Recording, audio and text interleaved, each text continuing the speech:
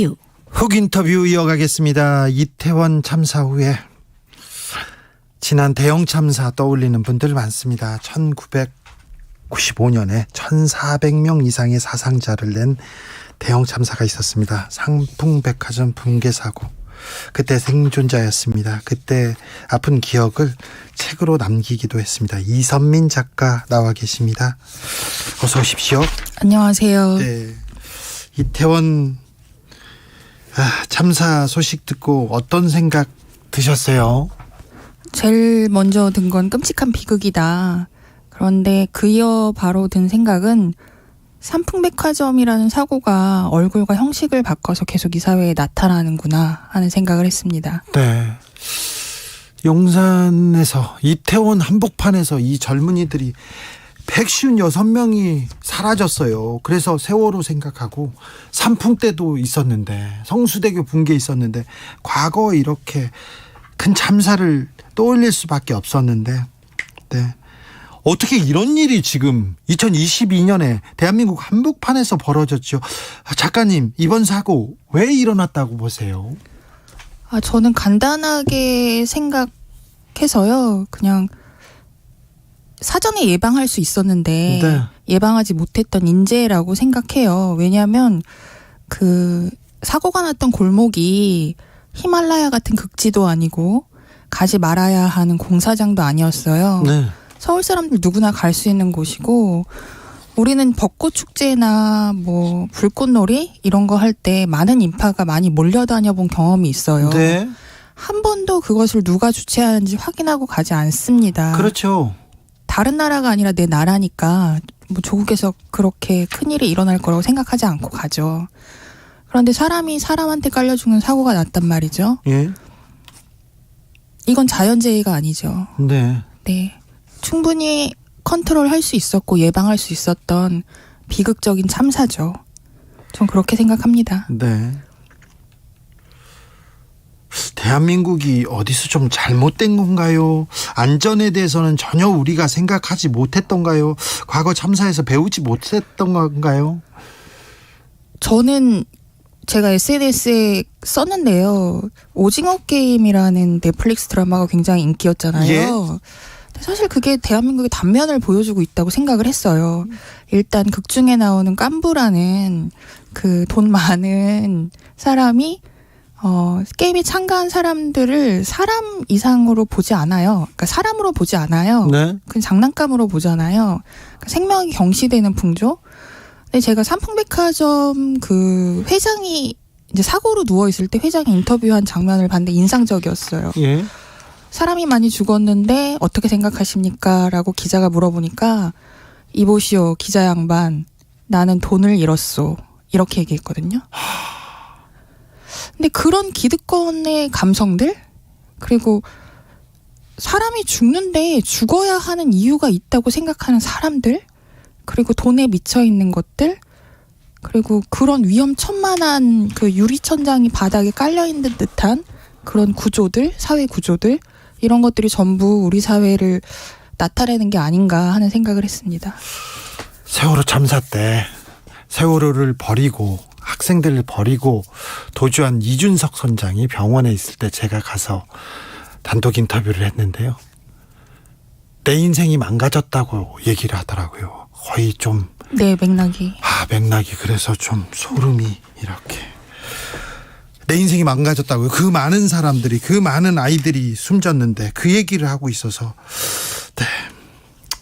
지금요, 경찰이 잘못했다, 이렇게 경찰 책임으로 이렇게 몰고 가는 듯한 인상이 보입니다. 어떻게 보고 있습니까?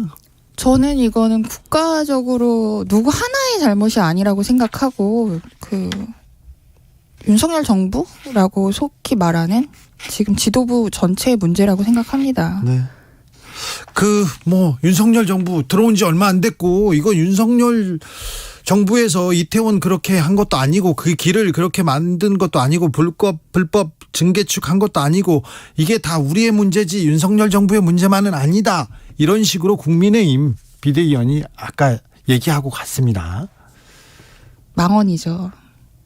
그게 어떻게 그러니까 이런 생각이 들어요.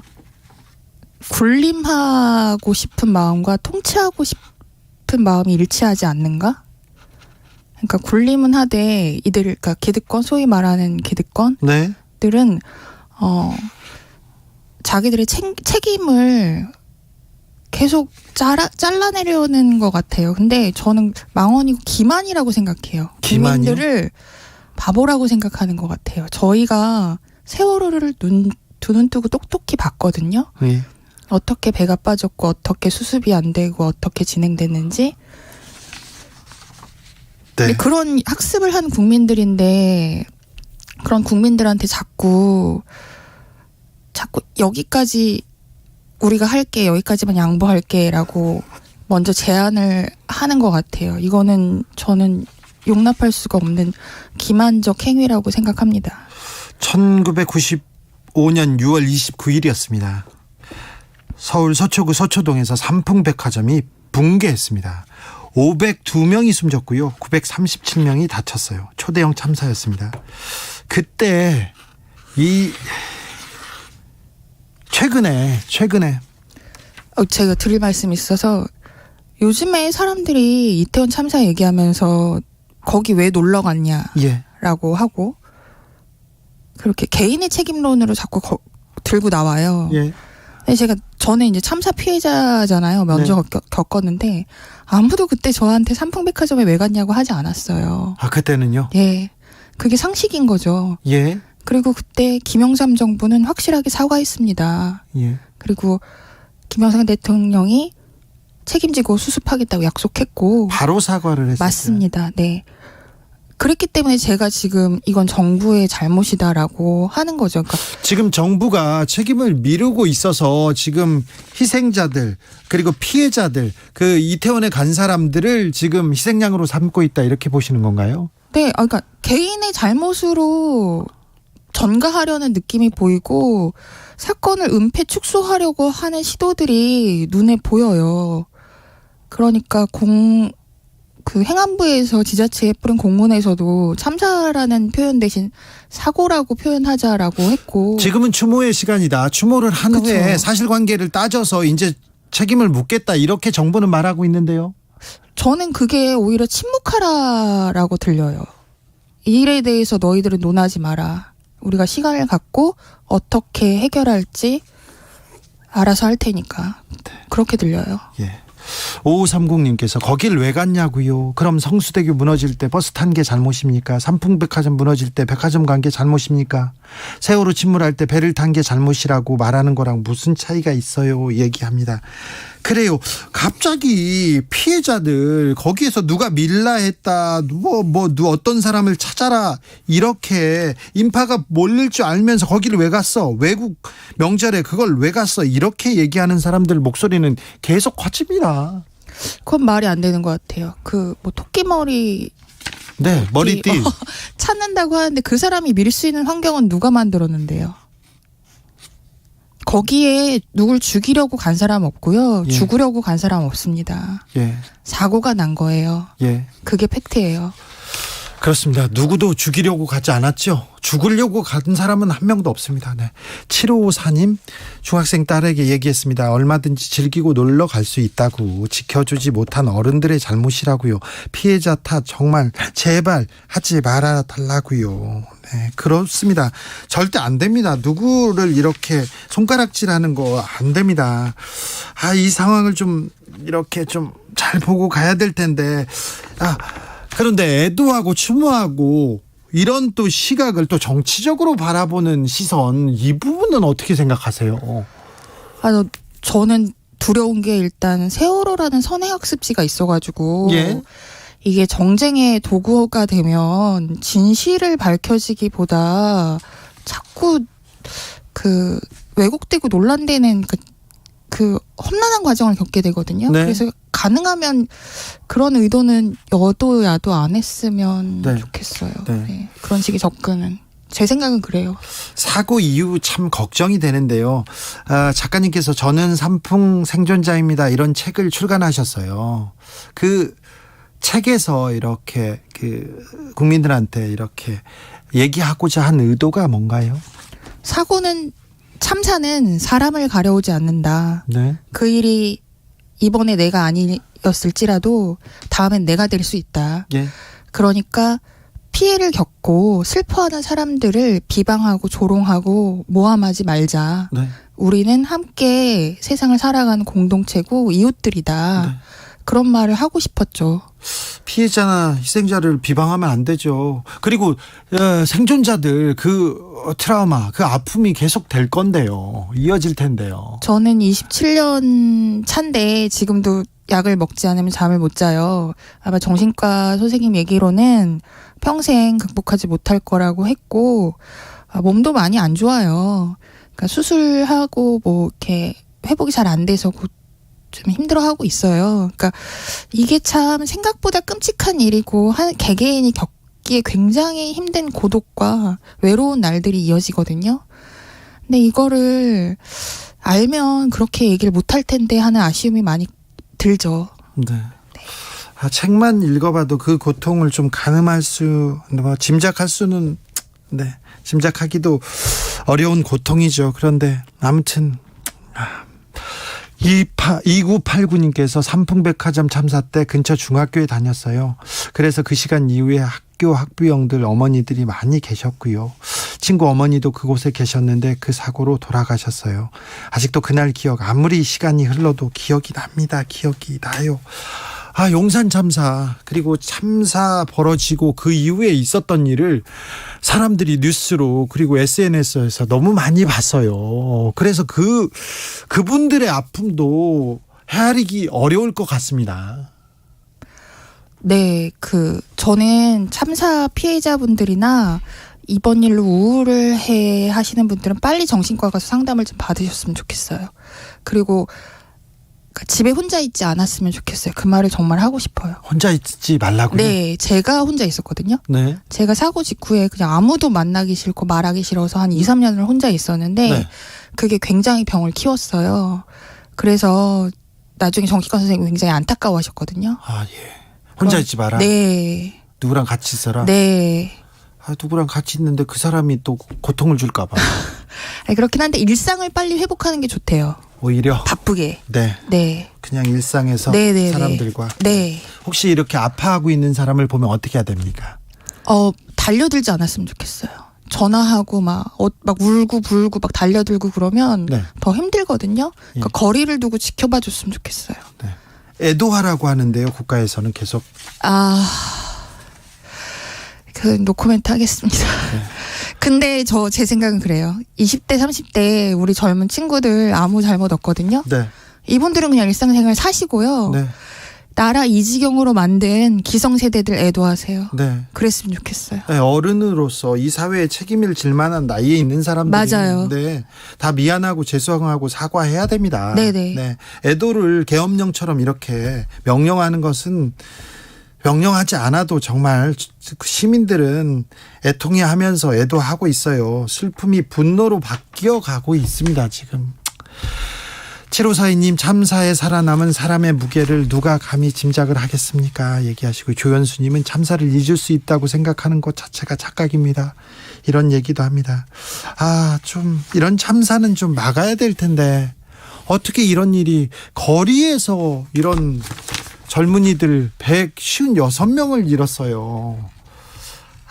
이 근본적인 원인을 찾아야 되나요? 우리가 삼풍 그리고 세월호에서도 배운다 고친다 했는데 많이 배우지 못한 것 같습니다.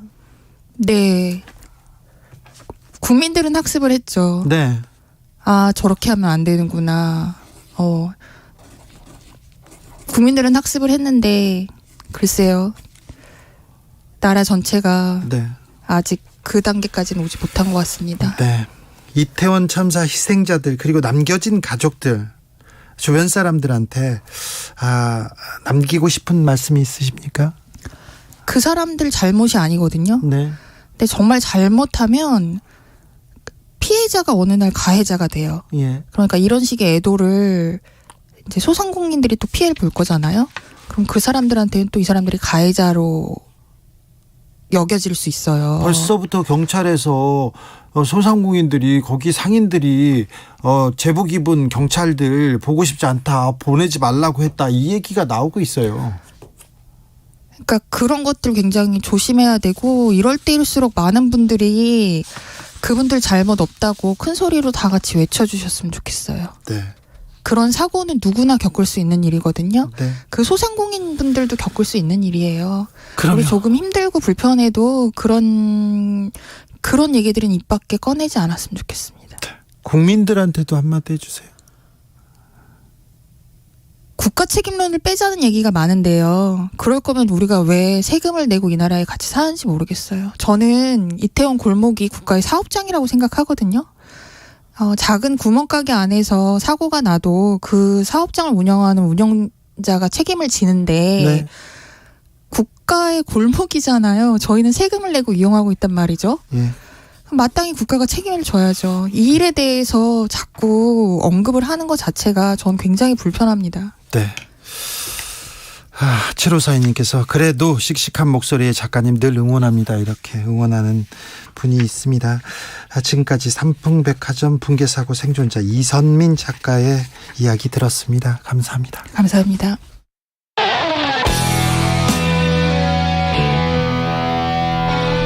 스치기만 해도 똑똑해진다. 드라이브 스루 시사 주진우 라이브.